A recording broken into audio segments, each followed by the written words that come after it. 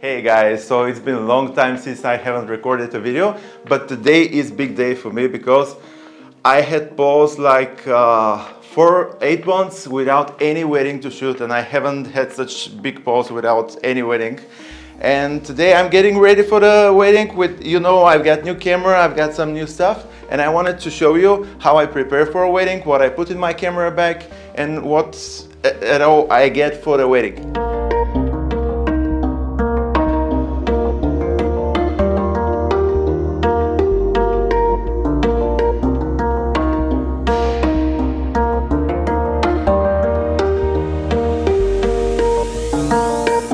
Everything that I take in a normal wedding day as being wedding photographer to take and to go and take pictures with it. So the first thing to start, of course, is the camera. This is my new mirrorless camera, the Nikon Z6 II. You can check my unboxing video of it in my channel.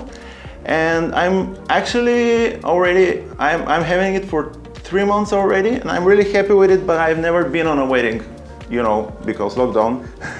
I haven't shot any wedding on it. So it's gonna be my first wedding with it. But for the photo shoot, it was okay. So definitely it's gonna be my main camera. I still use it with the converter, FTZ adapter. So I use my old lenses for the F system, for the DSLR cameras, but it's working pretty well. Even with this Sigma, and I have another Sigma. This is the 35 1.4, and this is the 85 1.4. It is working perfectly. So this is the camera. I'm gonna take off this strap normally because I use this black rapid straps for 2 cameras. I'm putting it like this, like that, and my 2 cameras are swinging here. But normally I would put it just for the ceremony because during the ceremony, the shooting is very intensive and you have to be always on point, and having 2 cameras with 2 lenses is really crucial. But for the preparation, for the getting ready part, and for the first meeting of the groom and the bride, I'm not gonna use 2 cameras.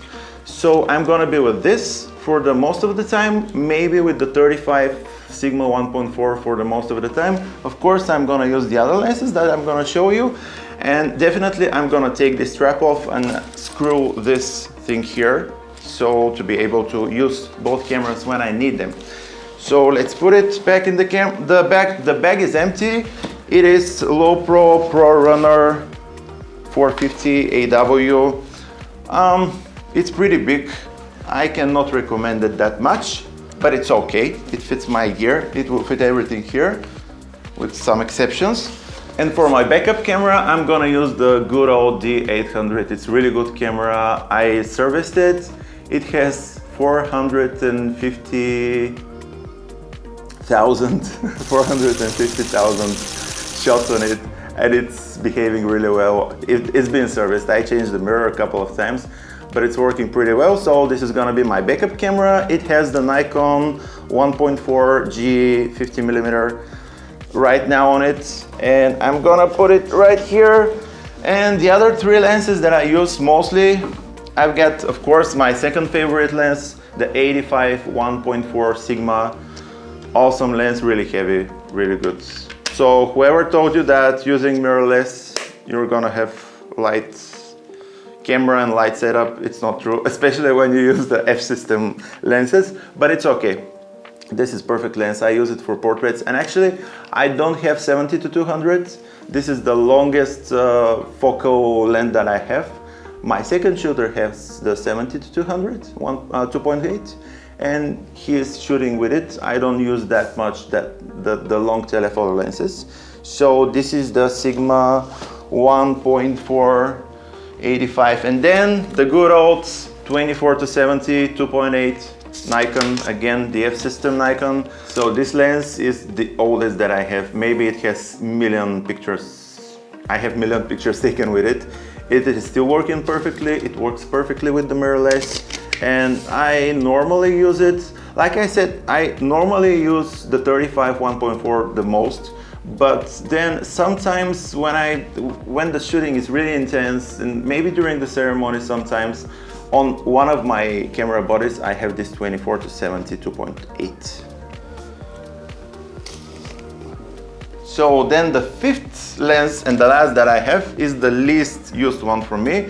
This is the 16 to 35 4 aperture 4G ED Nikon, again for the F system. I don't use it that much, as you can see. I don't even know the focal length. I use it for the ceremonies, especially for the shooting it in the churches. And when the ceremony is in the church, it makes really good like white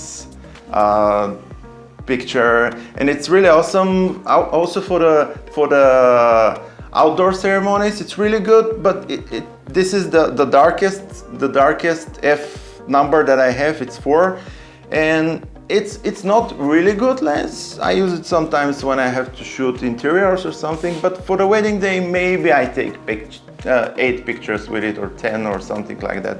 I don't use it that much. I use the 24-70 when I need something a little bit wider than 24. I don't use it that much. So let's fit it in here. And then we continue with the lights. Okay, let's talk lights a little bit. I have this, this is like the oldest and the most expensive external light that I have, is the ice light. You know, you've heard about it maybe. Really awesome light, like maybe, so 8 years ago when I bought it for the first time, like we didn't have that much Chinese alternatives to every light that exists right now. And it was really good. I remember the advertise for this was take your window light everywhere with you. And it's really comfortable, especially if you have an assistant to hold it. I like pretending like that I'm Darth Vader when I'm with it sometimes. It's comfortable. I don't use it that much, but I always like to have it handy with me. Sometimes we end up in really dark situations where we have to shoot, like, let's say sometimes they cut the cake outside of the restaurant and it's really dark and we need just a little bit of light, and it should be continuous light, not flashlight, because not light from flash, because you know it will help for the video, for the videographer also. It really helps sometimes. I also use it for the photo session, of course, but mostly when it's indoor photo sessions. The light is awesome, but you have to be really close to the subject that you shoot to be enough. It doesn't strike a beam like if you're 10 meters away from the person that you shoot, it's not gonna help. You're gonna need some flashes or something else. So this is something that doesn't fit in my bag. And then let's talk light a little bit more. This is the Godox 360. Really powerful camera, really powerful flash. I love it. It comes with this big external battery, and it's really comfortable if you have an assistant, because you know they put this battery here on their shoulder like this, and then we plug it in and we put it on a tripod. I've got my tripod with me. Maybe I will use it also in the restaurant, but it depends how dark the restaurant is. Maybe just to make some interesting lights. I use flashes for the photo shoots only if I have enough time and I can set the scene correctly and everything. Sometimes we don't have that much time, and so normally I do the photo shoots only with natural light. I don't use flashes that much, but for the restaurant it works well. It's really powerful and it's really good. So Godox, huge shout out for Godox. I'm really happy with them. So now let's continue. It doesn't fit in the camera bag also. I take them separately. It's pretty big. So this is for the assistant. The ice light and the 360 of Godox is for the assistant. Then I have these little flashes. So something that changed for me from the last year, beside the mirrorless camera, is that I switched from Nikon flashes to Godox flashes, and the main reason was the transmitter. So before that, when I was with my DSLRs, I used this Pixel Kings trigger and the receiver for lighting the scene for the flashes. You know, you put this on your camera and this on your flash, and it works pretty well. It was really well built. It is really well built. I was really happy with it, but turns out it doesn't work with the mirrorless cameras. I don't know why. Maybe something is different in terms of, I don't know what's for the system or interface, I don't know. But it doesn't work with the mirrorless camera. The flashes is the same. I used to use SB700 and SB800, but it doesn't work with the mirrorless anymore. So I had to switch it. To this Godox. And the perfect thing about Godox, actually what I like it, is first of all they have really, like the whole ecosystem of Godox is really well. They have like maybe 10 flashes, a really good variety of flashes, small, big ones, you know, the monoblocks for the studio, and they're really well developed in outside shooting. The one that I use the most. We're in my studio right now, but I actually don't shoot in the studio that much. So they have this really good system working with standalone flashes outside. That works perfectly for me. And the other good thing that you probably know is that every one of the Godox flashes has the receiver built in the flash. So I need just the trigger, and it will flash all these flashes that I have. It will flash this one, the big one, and then the small ones also. I have two of these. This is T685N for the Nikon. So this is for the lights here. This is the first flash, Godox, and this is the second, also Godox. Cool. I put them here. They fit in the back. And then the batteries, of course. So since I'm gonna shoot wedding for the first time with mirrorless camera, I'm really concerned about the power delivery. So I've got three batteries. Hopefully they will survive. Of course, I've taken my charger also, the Nikon charger, NH something, forgot the name of it. It fits here. And then the batteries, I will put them right here. Here I keep the charged batteries. Oops. And when they are dead, I put them down here. So I'm sure which one is full and which one is dead.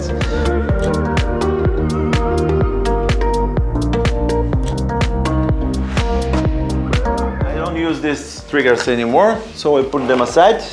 And of course the batteries for the flashes, just normal batteries, AA batteries.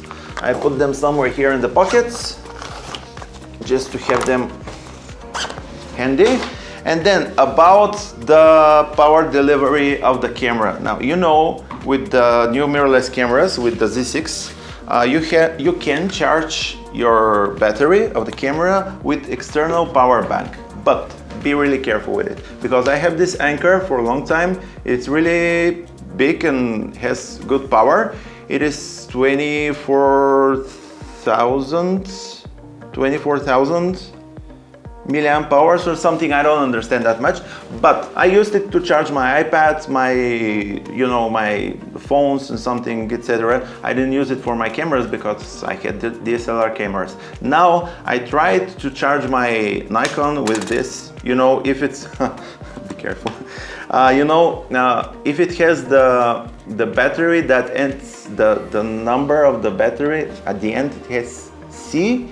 If the battery has C in the name, it supports charging from the power bank. But beside this is really good power bank, it is old and it doesn't charge my camera that well. Actually, it charges it really slow, really slow. So I would never use it in a normal wedding day. Maybe I would. I tried to charge it in the car for a little bit. I tried to charge it in power outlets. It works okay, but definitely I would prefer to charge it with my normal charger, you know, the charger that I always used.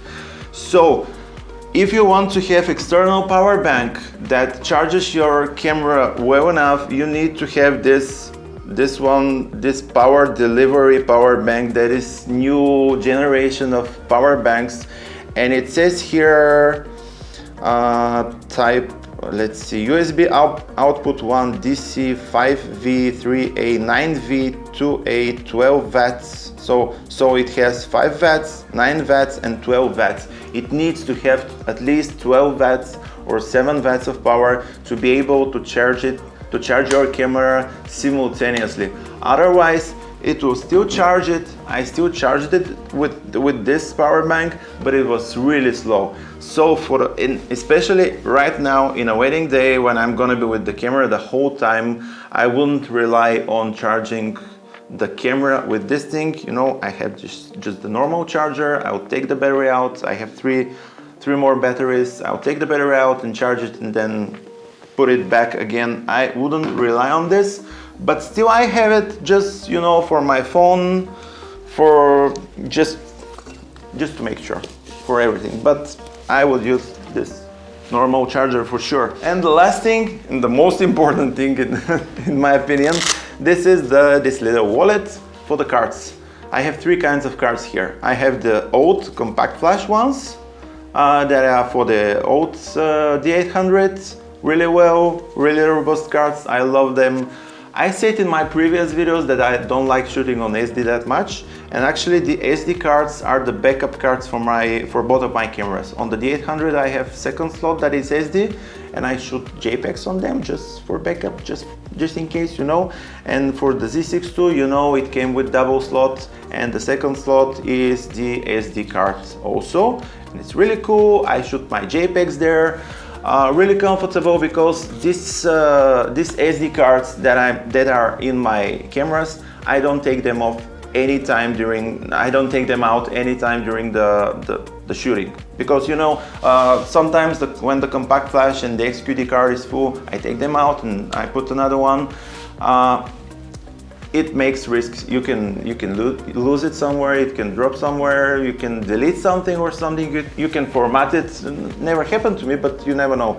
So when I have 2 or 3 weddings in a row, you know, Friday, Saturday and Sunday, I don't take the SD card at all during the whole 3-day trip, you know. And when I come back in my studio to download the pictures, I download them at this time. So if something happens with the RAWs, I have the backup of the JPEGs. So this is the wallet for my cards, the SD cards, the compact flash, and luckily the XQD fits in here. Really expensive card, but I'm really happy with it. $500 for 128, but it's really good. So I put it right here. I'm really happy with this think tank pouch here, or I don't know what it's called, the card wallet. And I put it right here. It has this string, and I put it like this. I click it, the external battery, and finally this little softbox that goes with my 360. These 3 things with the tripod go in my car, and I take them normally at the end, at the late part of the wedding day when I'm going in the restaurant. So that's for me. Thanks for being with me. Thanks for staying with us. I have to put this in the back also. Thanks for staying with me, and wish me luck for the wedding today, because after that big pause of 8 months, I hope that everything's gonna be okay today. So thanks for sticking with us. See you next time. Bye.